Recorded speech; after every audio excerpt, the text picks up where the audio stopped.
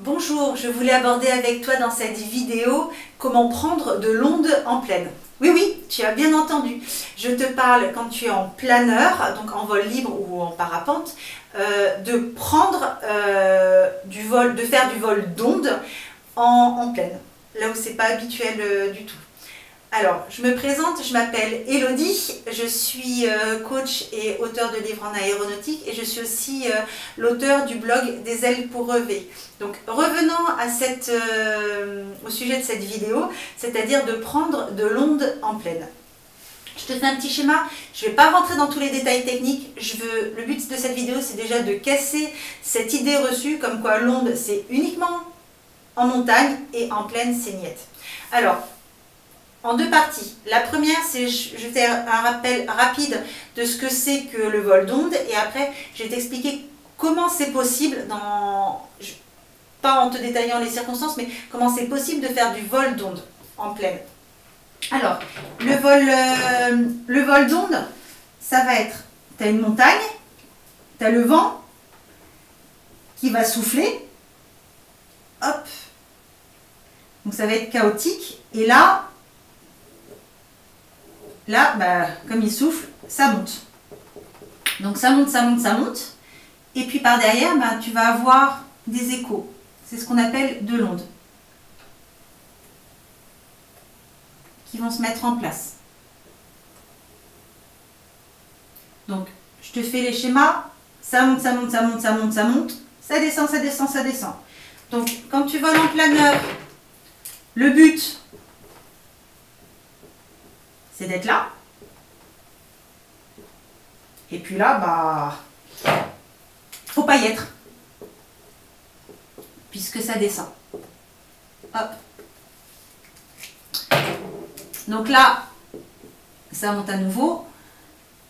Donc, quand tu es en planeur, le but, c'est de monter ici et hop, d'aller choper la partie de l'onde qui va remonter de l'autre côté. Donc ça c'est possible parce qu'à la base, tu as un vent qui souffle très fort et qui va se cogner sur une montagne. Et donc du coup, le vent va faire que la masse d'air va onduler par derrière. C'est un phénomène ondulatoire. Donc ça c'est pour la partie en montagne. Comment ça se passe en plaine? Alors hop, j'efface tout ça proprement. En plaine, c'est plat, mais ça tu le savais déjà. Et tu as des nuages, des cumulus.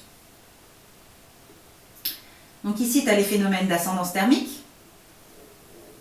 Si tu veux en savoir plus sur les ascendances thermiques, je t'invite à cliquer dans le descriptif de cette vidéo. Tu trouveras un lien vers une vidéo sur les ascendances thermiques.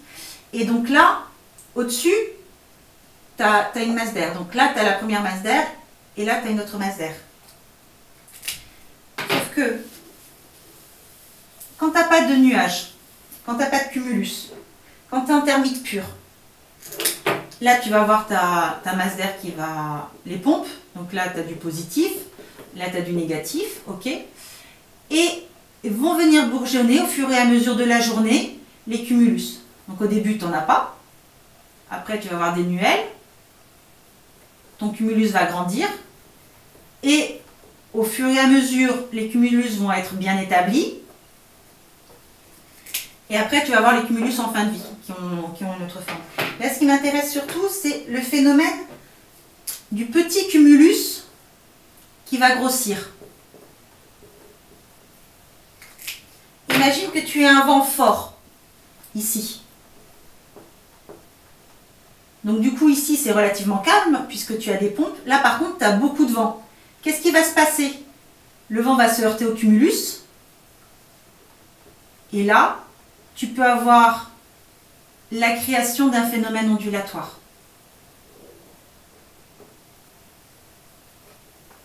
C'est rare, mais ça existe. Donc, si toi, tu es en train de prendre, mettons ta pompe,